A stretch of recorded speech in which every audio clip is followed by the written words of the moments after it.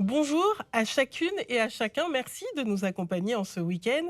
Aujourd'hui, l'équipe de Tous Frères s'intéresse à l'art oratoire chez les protestants avec le verbe parler. Comment arriver à capter l'attention du public? Comment réussir à prendre la parole devant une assemblée? Des questions auxquelles nous répondrons grâce à nos différentes rencontres.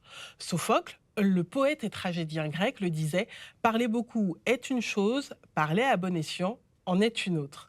Nous irons en Guadeloupe écouter la bonne parole de la radio Vie Meilleure. Cette radio adventiste émet pour la première fois en 1982 et depuis, animateurs, pasteurs et bénévoles donnent de la voix et participent au rayonnement de ce média.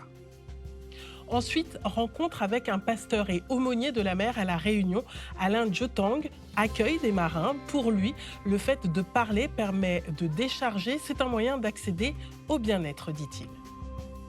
Dans la chronique cette semaine, nous verrons que la parole est un élément fondamental de la culture kanak, une parole qui est spirituelle et sacrée. Parler, un homme dans la Bible parle peu. Pourquoi? Parce qu'il préfère tout simplement écouter. Il s'agit du prophète Jérémie. Soyez attentifs, Luciano nous dit tout.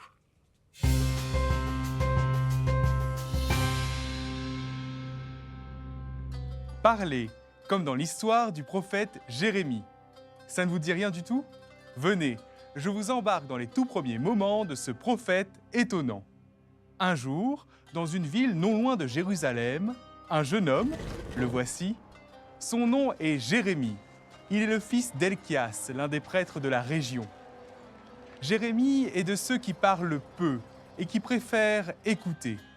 Il est très fidèle et suit les commandements du Dieu unique, alors que bien d'autres autour de lui se sont tournés vers des idoles. Et voilà qu'un jour, en pleine prière, le Seigneur lui adresse directement la parole. « Avant même de te façonner dans le sein de ta mère, je te connaissais. Avant que tu viennes au jour, je t'ai consacré. Je fais de toi un prophète pour les nations. » Jérémie est bouleversé. Lui, un prophète, un messager de Dieu? Il répond alors tout effrayé. « Ah Seigneur mon Dieu, vois donc, je ne sais pas parler, je suis un enfant. » Le Seigneur lui dit alors, « Ne dis pas, je suis un enfant. Tu iras vers tous ceux à qui je t'enverrai. Tout ce que je t'ordonnerai, tu le diras.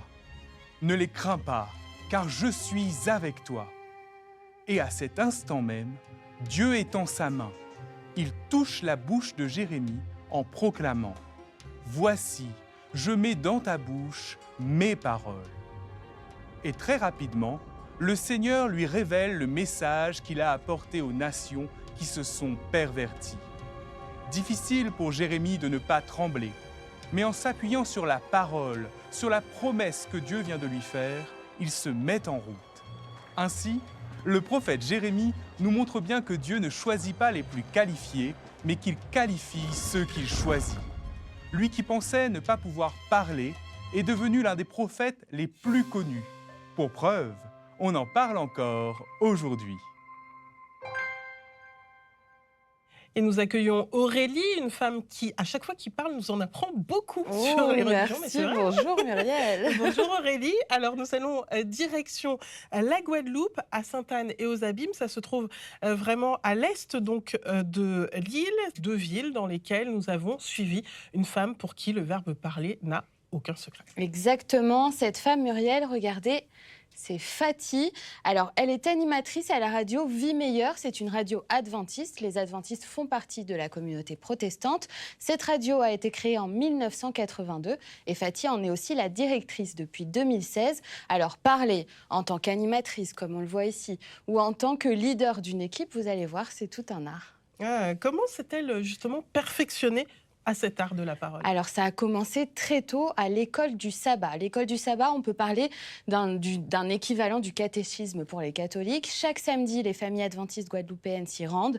Chaque membre de la famille, regardez, assiste à un cours qui correspond à son âge, à son niveau. L'enseignement y est tourné vers la parole de Dieu, bien sûr. Mais pour pouvoir partager sa foi, il faut aussi maîtriser l'art de parler et d'utiliser sa propre voix.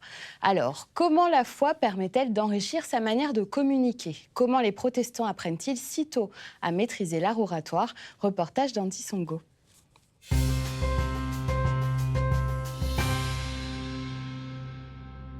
Radio Vie Meilleure, RVM. Alors que la journée de Fatih débute, son premier réflexe au volant de sa voiture, allumer sa radio. Radio Vie Meilleure, en tant qu'adventiste, est une radio qui est normalement connue par tous les adventistes du 7e jour. Et donc, il y a une promotion qui se fait dans toutes les églises de cette radio pour la soutenir, l'écouter. Voilà, donc j'ai connu la radio comme ça. Écouter la radio n'est pas qu'un simple passe-temps. Pour Fatih, c'est une obligation. Fatih travaille depuis 20 ans au sein de cette radio associative. Ça m'apporte énormément puisque même en réécoutant une émission, on se rend compte qu'on apprend encore puisque on l'écoute en tant qu'auditeur. Donc là, on s'enrichit de ce qu'on fait, on s'enrichit de ce que font les autres. J'aime beaucoup échanger avec l'autre. J'aime beaucoup parler. En plus, j'ai l'impression d'avoir accompli une belle chose auprès d'un individu. Passer de l'écoute à l'animation et à la direction demande une transition fluide. Fatih jongle habilement entre ses rôles. Pour elle, la communication n'est pas qu'une affaire d'ondes, mais aussi de gestion et de leadership au sein de l'équipe. Et on se retrouve dans notre espace Info Pro avec nos invités, comme annoncé ce matin avec Pierre. Ça me fait vraiment plaisir de vous avoir avec moi. Chers amis, bonjour. Pour l'accompagner dans sa mission, Fatih est entouré de bénévoles comme Harry, animé par cette même passion de la parole. Le pasteur Charles Pradel. Comment ça va? Parler, j'aime bien dire, c'est un art.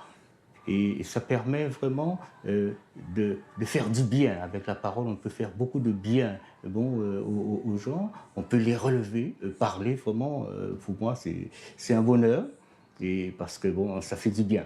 Absolument. Merci beaucoup. Merci à Pierre également, qui a la technique.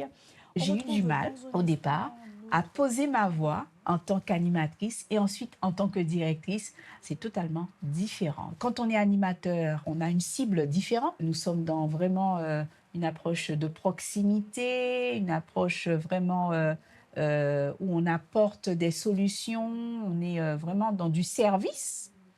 Mais lorsqu'on est directeur on parle en tant que directeur, manager, nous sommes dans de la gestion, nous sommes dans un accompagnement d'une équipe, nous sommes dans une responsabilité aussi que nous avons. Donc, notre parole sera différente, le ton sera différent. Au fil de sa carrière, Fatih a enchaîné les formations, affirmant son engagement pour l'excellence et le professionnalisme.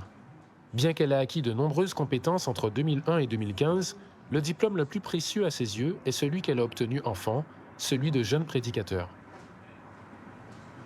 Petite, j'ai été intégrée dans des classes d'école du sabbat. Chaque semaine, j'avais des thèmes à développer, à apprendre avec mes parents. Et effectivement, des tours de table se faisaient, qu'on ait envie ou pas de parler, puisque l'idée, c'est de pouvoir être en mesure d'échanger, de partager sa foi avec les autres. Donc, bien évidemment, ça passe par l'art de parler. Et il y a des personnes qui payent très cher ce type de formation, savoir parler en public, etc. Alors que là, j'ai reçu cette formation gratuitement et de haute qualité. Comme chaque samedi, Fatih et sa famille se rendent au service de l'Église. Ici, la parole prend une dimension sacrée au cours de ces classes d'école du sabbat, devenant un moyen d'échange, d'apprentissage et de connexion. Gaël, le mari de Fatih, joue également un rôle crucial dans cette communauté en tant que moniteur, en animant une classe chaque samedi. Chacun dit ce qu'il a retenu, ce qui l'intéresse, ce qui l'a marqué dans la leçon. Donc je suis là pour donner la parole, animer et faire passer, donner à chacun la possibilité de s'exprimer. L'école du sabbat accompagne les membres dès leur plus jeune âge, offrant aux enfants un espace pour développer l'art de parler et renforcer leur foi, comme Claudiane, la fille de Fatih. Parfois, on rigole bien sur un thème ou autre chose. Ce que j'apprends à l'école du sabbat m'aide beaucoup à l'école primaire. Ça m'aide à parler à mes professeurs, mais ça m'aide aussi à parler à mes camarades. Cette initiation trouve son apogée chaque dernier sabbat du trimestre, lorsque les enfants montrent l'exemple en prenant le devant de la scène, guidant le service à la place des Je suis adultes. aussi content car j'ai des choses importantes à partager avec vous. Les enfants sont ravis de pouvoir présenter à leurs parents, à leurs cousins, à leurs cousines, à l'église, ce qu'ils sont capables de faire et ça se passe toujours très très bien. Je ne vous cache pas que c'est beaucoup de stress et beaucoup de préparation, mais c'est quelque chose qui est excellent de manière à ce que les enfants soient capables de tenir un oratoire et de faire les choses convenablement. Ces aptitudes à s'exprimer s'avèrent essentielles tout au long de la vie. Pour Fatih, l'école du sabbat ne fut pas seulement une formation spirituelle, mais aussi une véritable école de leadership. Ça emmène à vraiment à développer des compétences de management, des compétences de gestion également. Donc tout ça, ce sont des situations qui m'ont vraiment aidée dans le cadre de ce que je fais aujourd'hui en tant que directrice. De son rôle à la radio à son implication dans l'Église, la parole est le fil conducteur de sa vie. C'est un outil puissant, une compétence précieuse qui permet de partager, d'éduquer et d'inspirer. Et pour aller plus loin, direction Paris à la rencontre de notre invité. Il s'agit de Michael Langlois. Bonjour et merci d'être avec nous. Vous êtes donc docteur en sciences historiques et philologiques. En quoi la parole est-elle un élément fondateur dans la Bible ? Oui, la parole, elle est au cœur de la Bible. C'est même le fil conducteur et elle est là dès les premières pages, dès les premières lignes, puisque la Bible commence par expliquer que Dieu crée le ciel et la terre. Et comment est-ce qu'il fait pour créer le ciel et la terre ? Eh bien, il parle. Dieu dit que la lumière soit et la lumière fut. Ça veut dire que c'est la parole de Dieu qui est créatrice, qui agit et qui permet qu'on soit là et qu'on soit aujourd'hui à parler de notre foi. Alors, en fait, si je vous comprends bien, donc, dès que Dieu parle, il y a forcément une action. C'est un peu le contraire de l'homme quand même. Oui, alors effectivement, Dieu ne parle pas pour ne rien dire. Effectivement, sa parole, elle est efficace. Elle est créatrice, elle est puissante. Et c'est pour ça d'ailleurs qu'elle est au centre de la foi chrétienne. Et c'est encore plus vrai pour les protestants, puisque on croit que Dieu agit par sa parole, on croit que Dieu parle au travers de la Bible, et on croit que c'est le cas encore aujourd'hui. Et pourquoi on dit justement que Dieu se révèle même quand il parle ? Alors oui, Dieu se révèle, ça veut dire qu'on apprend à le connaître. C'est ça l'idée de la révélation. C'est Dieu, il est souverain de l'univers. On peut dire, ah mais il est très très loin. Comment peut-on connaître ce Dieu qui est si grand, qui est si loin ? Eh bien, il se révèle à nous en nous parlant. C'est la démarche que lui-même a faite pour se révéler à nous. D'abord, on l'a au travers de la Bible, mais aussi et surtout au travers de Jésus, puisque les tout premiers versets de l'évangile de Jean nous disent « Au commencement était la parole était avec Dieu, la parole était Dieu », et on apprend quelques versets plus loin que cette parole, c'est le Christ, et on nous dit « La parole s'est faite chair, elle s'est incarnée, elle a marché au milieu de nous ». Et donc, c'est Dieu qui se révèle au travers de Jésus, au travers de sa parole. C'est comme ça qu'on peut le connaître. Et d'ailleurs, vous parliez de Jésus. Jésus n'est pas n'importe quelle parole, puisqu'il est dit qu'il est le Verbe. Ça veut dire quoi ? Oui, alors effectivement, on peut traduire, c'est les versets justement que j'ai cités là à l'instant. En grec, c'est le terme logos, on retrouve ça dans beaucoup de mots français, tous les mots qui se terminent en logis, logique, etc. En fait, il est le verbe ou la parole, tout simplement. On peut traduire comme ça, il est lui-même, c'est ça qui est assez extraordinaire, cette manifestation de Dieu. Et c'est un concept qu'on a déjà d'ailleurs dans le judaïsme à l'époque, l'idée que Dieu lui-même est peut-être un peu loin, un peu inaccessible, mais qu'au travers de sa parole, la parole de Dieu, c'est peut-être le chaînon manquant, c'est l'intermédiaire qui nous permet d'accéder à Dieu. Et donc, l'évangile de Jean nous dit que cette parole, ce verbe, qui s'est incarné, qui est devenu un être humain, eh bien, c'est Jésus. Il existait déjà avant, en tant que parole de Dieu, en tant que verbe, et ensuite, on l'a connu, nous, en tant qu'être humain. Pourquoi, d'ailleurs, dans le ministère de Jésus et son enseignement, pourquoi il parle autant aux foules ? Alors Jésus parle beaucoup, c'est important d'abord parce que c'est précisément une des façons dont il peut révéler le Père, dont il peut véhiculer ses enseignements. Alors il y a une alternance, c'est intéressant. On peut voir, par exemple, dans l'évangile de Matthieu, il y a tout un cycle où on alterne des miracles que Jésus fait, des prodiges, et puis des enseignements, et il alterne. C'est une façon de dire qu'il faut les deux. C'est-à-dire que si Jésus ne passait son temps qu'à faire des miracles ou des guérisons, peut-être on ne comprendrait pas très bien ce qu'il fait et pourquoi il le fait. Et si en revanche Jésus passait son temps à parler, on pourrait dire bon bah c'est bien joli, il dit beaucoup de choses, mais qu'est-ce qui nous prouve qu'il est bien celui qu'il prétend être? Et donc ainsi en joignant le geste à la parole, Jésus à la fois nous montre un exemple par qui il est, par ce qu'il fait, et en même temps, ses enseignements nous permettent de comprendre finalement sa mission et de connaître Dieu. Vous parliez des miracles. Jésus, donc, il enseigne, certes, mais il pose aussi des questions, notamment aux malades. Pourquoi ils veulent être guéris? Mais ça se voit qu'ils veulent être guéris puisqu'ils sont malades. Oui, c'est vrai. Et alors, en fait, Jésus, il a ce dialogue d'abord parce que le fait de parler, c'est ça qui nous permet aussi d'abord de nous interroger sur notre démarche de foi. Et souvent, Jésus, d'ailleurs, va dire à telle ou telle personne qui l'a guéri, il dit bien voilà, ta foi t'a sauvé, ta foi t'a guéri. Autrement dit, il est question aussi pour nous d'être acteurs de cette relation avec Dieu. C'est pas simplement, comment dire, c'est pas à sens unique, c'est pas un monologue. La relation avec Dieu, c'est aussi nous qui devons nous exprimer, parler à Dieu, lui dire ce que nous attendons, ce que nous espérons. Et donc, on doit aussi mettre cette foi en pratique, la mettre à l'œuvre. Et c'est pour ça que c'est très intéressant de voir la façon dont Jésus, souvent, effectivement, est en dialogue avec ses interlocuteurs. Et dans la manière dont on se sert maintenant, aujourd'hui, de cette parole, pourquoi le prêche chez les protestants est un moment important du culte? Alors c'est un moment important parce que voilà, on suit l'exemple de Jésus qui lui-même enseignait les foules, enseignait ses disciples, il les a formés pendant plusieurs années. Donc l'idée c'est d'apporter un type d'enseignement à tous les niveaux. Un enseignement grand public que tout le monde va pouvoir comprendre. Jésus utilise des paraboles, des histoires de la vie de tous les jours. Un homme est sorti pour voilà, ensemencer son champ, enfin voilà. Et puis en même temps, Jésus va aussi avoir des enseignements un peu plus pointus, d'un niveau un peu supérieur. Et c'est comme on l'a vu tout à l'heure, donc il y a l'école du sabbat par exemple chez les adventistes, ou l'école du dimanche, on appelle ça comme on veut, le catéchisme. L'idée c'est d'avoir un enseignement pour tout le monde, y compris les enfants, les adultes. C'est quelque chose d'essentiel chez les protestants. Et puis aussi au niveau du culte, c'est peut-être une différence importante par rapport aux catholiques. Chez les catholiques, on va dire que l'élément central de la messe, eh bien, ça va être l'Eucharistie. Ça va être le fait de partager la chair et le sang du Christ, l'hostie, alors que chez les protestants, le centre du culte, ça va être la parole. C'est ça la rencontre avec Dieu, la communion avec Dieu. On devient un avec Dieu et on le connaît bien, non pas simplement en consommant la chair et le sang du Christ, l'hostie, mais vraiment par la parole. La parole, c'est ça qui nous unit à Dieu et les uns avec les autres aussi. Et y a-t-il justement une façon différente de prêcher selon les pays et même les continents? Oui, alors tout à fait. D'abord, parler, quand on parle nous, on s'exprime dans notre langue. Donc il y a de toute façon un élément culturel.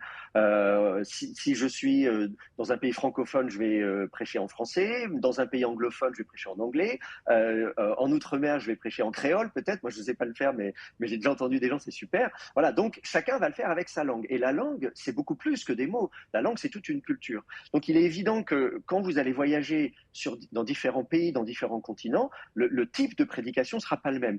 Et puis même à l'intérieur même d'un même espace linguistique ou du monde protestant qui est très large, on va avoir des sous-cultures, on pourrait dire. C'est-à-dire que si vous allez dans une église réformée, vous allez avoir une prédication qui sera peut-être un peu plus courte, peut-être écrite avec des phrases un peu plus sophistiquées, parce qu'on a des exigences, on va dire, on s'adresse à une population un peu plus intellectuelle, je ne sais pas si c'est le bon terme, mais enfin, vous voyez un peu l'idée, alors que dans d'autres églises, au contraire, on va s'adresser à un public qui est beaucoup plus large, qui va s'attendre à avoir un enseignement beaucoup plus nourri dans le temps. Donc on va avoir une prédication qui va durer beaucoup plus longtemps, on n'aura pas juste 15 ou 20 minutes, mais on aura 30, 40, 50 minutes. Moi, j'ai été dans des églises où la prédication durait comme ça pendant 1 heure. Enfin, tout ça, c'est des cultures d'église qui sont très différentes au sein même du protestantisme.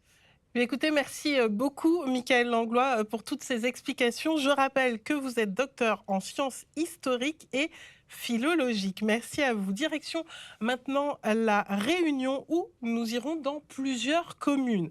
Alors, au port, à la Possession et aussi au Tampon. En fait, nous avons rencontré un pasteur qui est tombé littéralement amoureux de votre île, Aurélie. Exactement, et il a bien raison. Il s'appelle, regardez, Alain Djetang. Il est aussi aumônier de la mer. Alors, il est originaire du Cameroun. Il est arrivé à La Réunion à l'âge de 23 ans.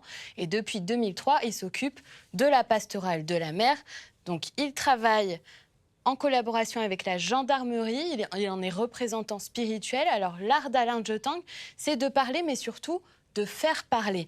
Regardez, les marins avec qui il travaille, pour beaucoup, viennent de nombreux pays différents. Ils évoluent dans un contexte très cadré, avec un emploi du temps très millimétré. Et il est parfois difficile pour eux d'exprimer ce qu'ils ont sur le cœur. Eh bien ça, c'est la mission d'Alain.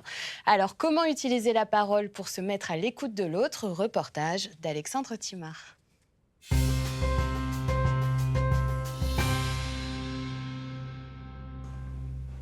Je suis originaire du Cameroun, né dans un petit village qui s'appelle Banganté, à l'ouest du Cameroun.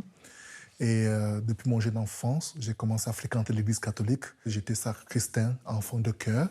Et le souvenir que je garde, c'est que lorsque le pape Jean-Paul II est venu au Cameroun, j'étais appelé et choisi pour pouvoir porter son bâton de berger.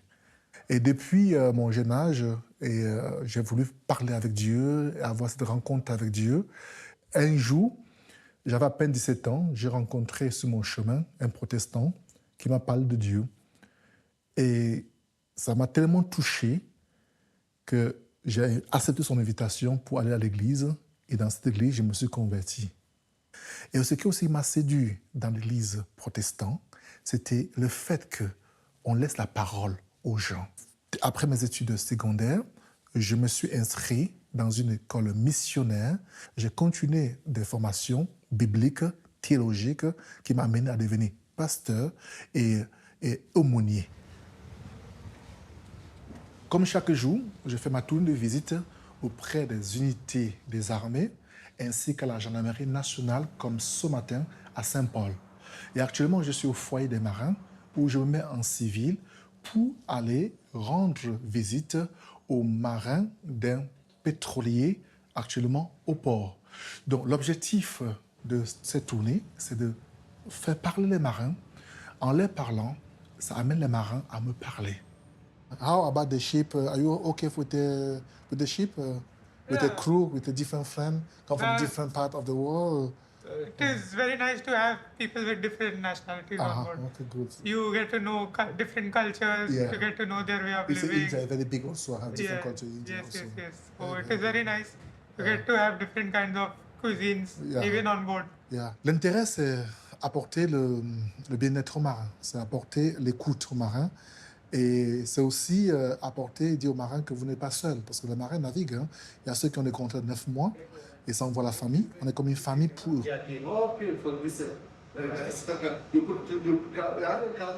Les marins aussi qui ont des problèmes sanitaires ou bien d'ordre médical.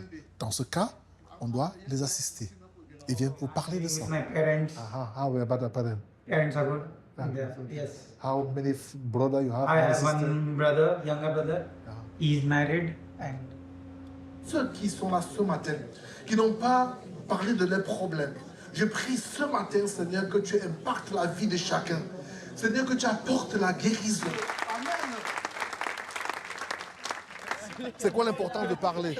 Et parfois, quand on parle, on se sent soulagé, c'est pas ça, non? Parfois, on a quelque chose qu'on garde dans le cœur, mais lorsqu'on parle, on se sent soulagé souvent. Vrai ou pas vrai? Oui, c'est facile. Hein? Mais c'est vrai, parce que souvent on a quelque chose dans le cœur qui est là. Après, quand on a parlé à quelqu'un, qu'on a parlé ces choses-là, et puis on se sent un peu comme si c'est un poids qui sortait de nous. C'est pas vrai ça? Ce qui me fera plaisir, c'est de transmettre à travers le parler aux jeunes. J'ai reçu parce que quelqu'un m'a parlé. Et c'est transmettre cette expérience, qu'en soit professionnelle et spirituelle, à la jeune génération qui est l'avenir. Et dans la chronique cette semaine, Aurélie, coup de projecteur sur la parole dans la culture kanak, un élément fondamental. Exactement. Déjà, pour commencer, il y a 28 langues kanak. Ah, quand même. 28 différentes. Donc en Nouvelle-Calédonie, la langue, elle est associée à la terre. On ne parle pas la même langue que l'on habite l'Ifou ou encore Marais. Dans la communauté kanak, la parole est avant tout spirituelle et sacrée. Elle est directement issue des ancêtres, ceux qu'on appelle les vieux en Nouvelle-Calédonie. Chaque chefferie a la mission d'entretenir la parole des vieux par la coutume et par la transmission aux jeunes générations. Et que représente la parole aujourd'hui chez les Kanaks?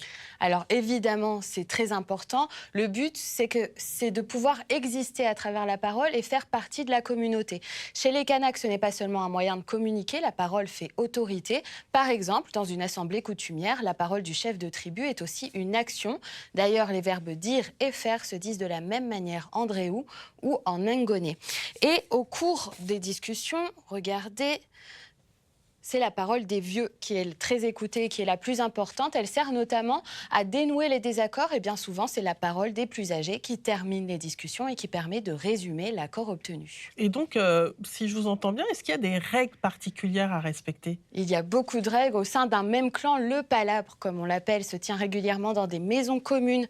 J'en ai une ici qui se trouve à Touaourou. Il doit respecter l'ordre statutaire de chacun avec le chef de clan au premier plan. La première parole doit exprimer l'humilité et on accompagne son discours de don coutumier. Ça peut être de la nourriture, des objets ou encore des étoffes, comme on le voit ici avec le père Roch Apikawa qui rendait visite à un catéchiste, Abraham.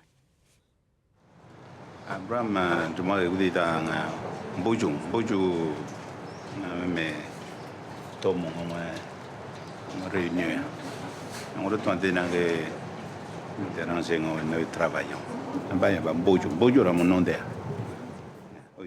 Et à quelle occasion prend-on la parole chez les Kanaks, justement? Alors, on prend la parole régulièrement, il y a beaucoup d'occasions. Et pour vous l'expliquer, l'extrait que j'ai choisi a lieu pendant le congrès du pays Kanak à Ouvéa, avec un représentant de la chefferie IAI. C'était en 2009. Écoutez. J'aimerais d'abord m'humilier devant la maison. Parce que je vais être le résumé de la parole de tous les grands chefs qui sont là. Les deuils, on fait la coutume. Les mariages, on fait la coutume. On est tout le temps en train de faire la coutume parce qu'on est en train de tisser la relation. Tisser la relation. Donc en résumé, chez les Kanaks, la parole a pour mission d'organiser l'espace et les relations à travers les cérémonies coutumières. Quelles que soient les émotions exprimées, la colère, la tristesse ou encore l'amour, parler permet de maintenir le lien construit entre les hommes au fil des générations. Merci Aurélie. Et si vous voulez aller plus loin en Polynésie, regardez le orero, en fait, est l'art de manier la parole, l'art du discours. C'est une pratique ancestrale réservée de tout temps aux adultes et particulièrement aux hommes. Celui qui en avait la maîtrise devait alors le porte-parole privilégié de la communauté et celui de la royauté. Plusieurs reportages sont consacrés à cet art sur le site internet d'Outre-mer La Première. Et puis, si vous souhaitez améliorer votre aisance à l'oral, je vous propose ce livre qui pourrait vous être utile. Il propose donc une méthode et des techniques concrètes afin de vous aider à vous améliorer. 10 étapes pour exceller dans l'art oratoire. C'est à retrouver aux éditions JC et Riche. Et pour vous, que représente la parole? Comment vous servez-vous de cet art si subtil? Réponse sur nos réseaux sociaux et sur notre site internet tousfrères.tv. Et donc Aurélie, allez, je vous pose la question. Qu'est-ce que ça représente, vous, la parole? Alors, évidemment, en Outre-mer, la parole, c'est un art très sacré. subtil, c'est tout un art. On a toujours un oncle, une mamie qui utilise des expressions, des proverbes très imagés, plein de poésie. Alors ça, c'est le propre de nos langues d'Outre-mer que j'ai apprises en partie ici chez Tous Frères. Alors, et je me rends compte finalement qu'on parle tahitien, kanak, créole ou même shimaoré, finalement, s'exprimer et parler dans notre langue, c'est finalement aussi exprimer notre identité. Oui, et puis c'est vraiment un partage. En plus, la parole, il faut faire attention parce qu'elle peut être positive ou négative. Et puis, parfois, en fait, elle a plus d'impact qu'un geste. Elle peut avoir beaucoup d'importance et marquer quelqu'un pendant très longtemps. D'où l'importance d'être attentif aux mots que l'on prononce. La portée peut être énorme. Donc, soyez attentifs. Et puis, cette petite parole de la Bible me revient, figurez-vous. Ce que dit la bouche, c'est ce qui déborde du cœur. De quoi vous inspirez sûrement. Belle semaine à tous. Et à bientôt.